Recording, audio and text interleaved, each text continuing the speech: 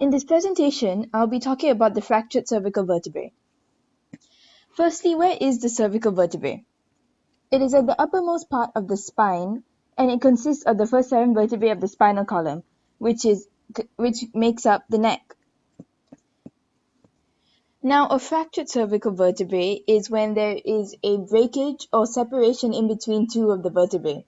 As you can see in these images, this is how a normal cervical vertebrae will look like. And if you look at this second image over here, you can see that there is a tiny breakage and in between the vertebrae, and the spine is out of alignment. This is a fractured cervical vertebrae, and it is also more commonly known as a broken neck.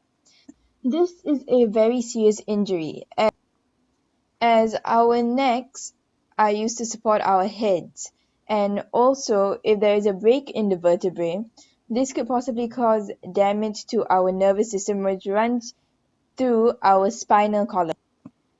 If you look at this image over here, you can see that this is our central nervous system, which runs through to our brain, and you can see this vertebrae is pushing up against the nervous system.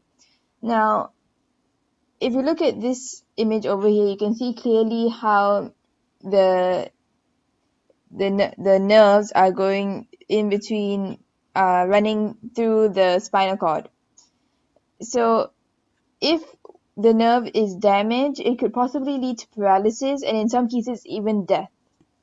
There are several causes that can lead to this injury, and it can occur in sports, for example, in contact sports such as American football, when a player gets tackled, or in sports such as diving, if a professional diver accidentally dives into a shallow part of the pool and hits the bottom, or even ice hockey if a player gets rammed into the sides.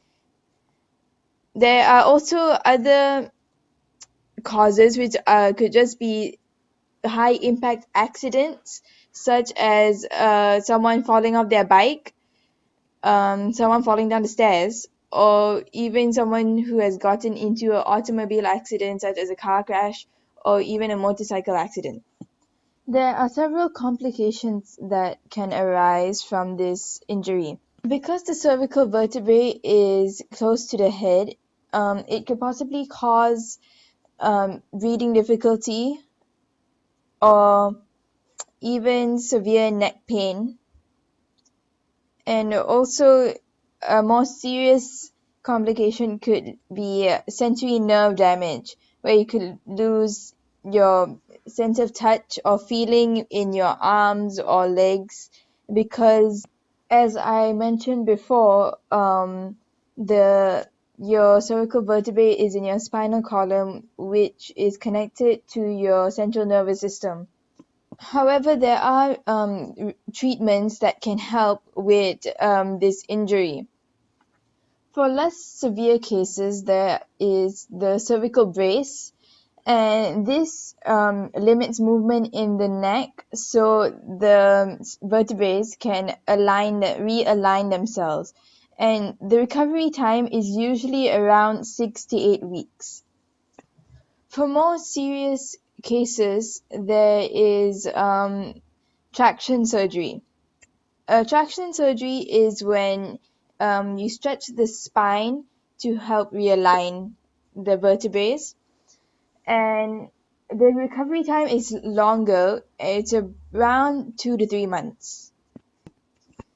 As you slowly start to recover, your doctor will recommend you to go to a physiotherapist, and during which your physiotherapist will recommend you to do several different exercises to help along with your recovery stages.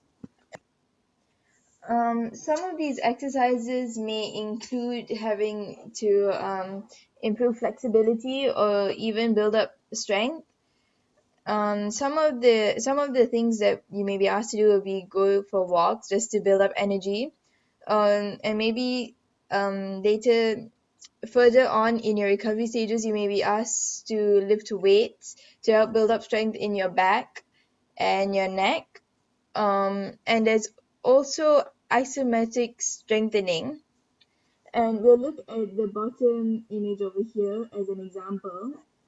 So you keep your body in a neutral position and you place your hands on your head, pushing your head and neck forward while your hands resist the movement.